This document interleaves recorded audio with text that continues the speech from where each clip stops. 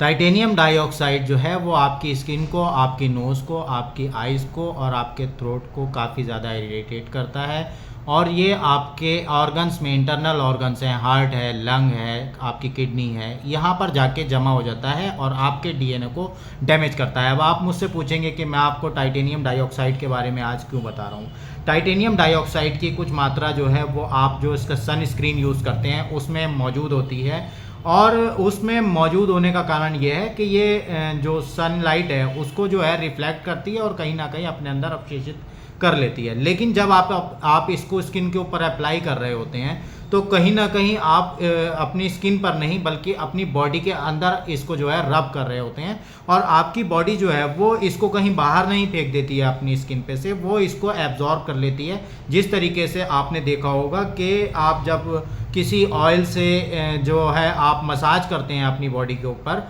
तो वो ऑयल आपका बॉडी के अंदर चला जाता है, ना कि वो बाहर उड़ जाता है हवा में। इसी तरीके से सनस्क्रीन और वही सारी जो क्रीम्स और लोशंस आप लोग यूज़ करते हैं उन सारी क्रीम्स के साथ होता है जिनमें अक्सर ऐसे केमिकल्स होते हैं जो आपके लिए बहुत ज़्यादा हानिकारक होते हैं। यही सब केमिकल्स आगे चल के कैंसर, आपका ट्यूमर और इंटरनल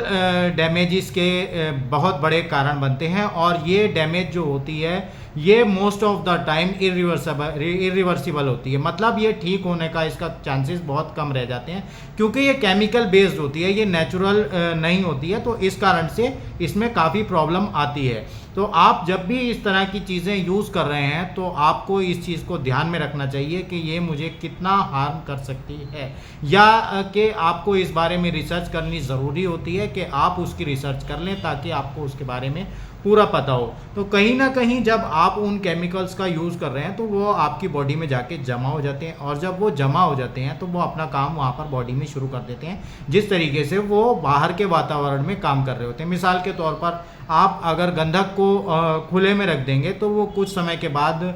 जो हवा में मौजूद जो बाष्प कण होते हैं उनके साथ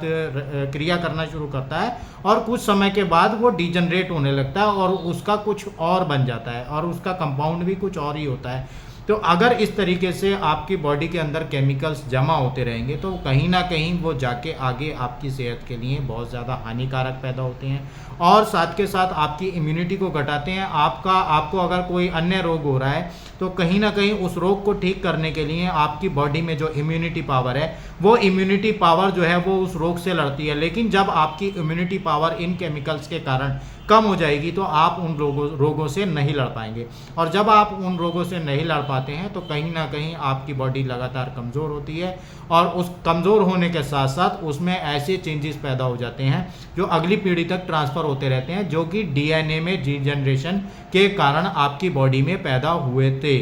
तो आप जुड़े रहिए हमारे साथ, सब्सक्राइब कर लीजिए हमारे चैनल को। Thank you very much.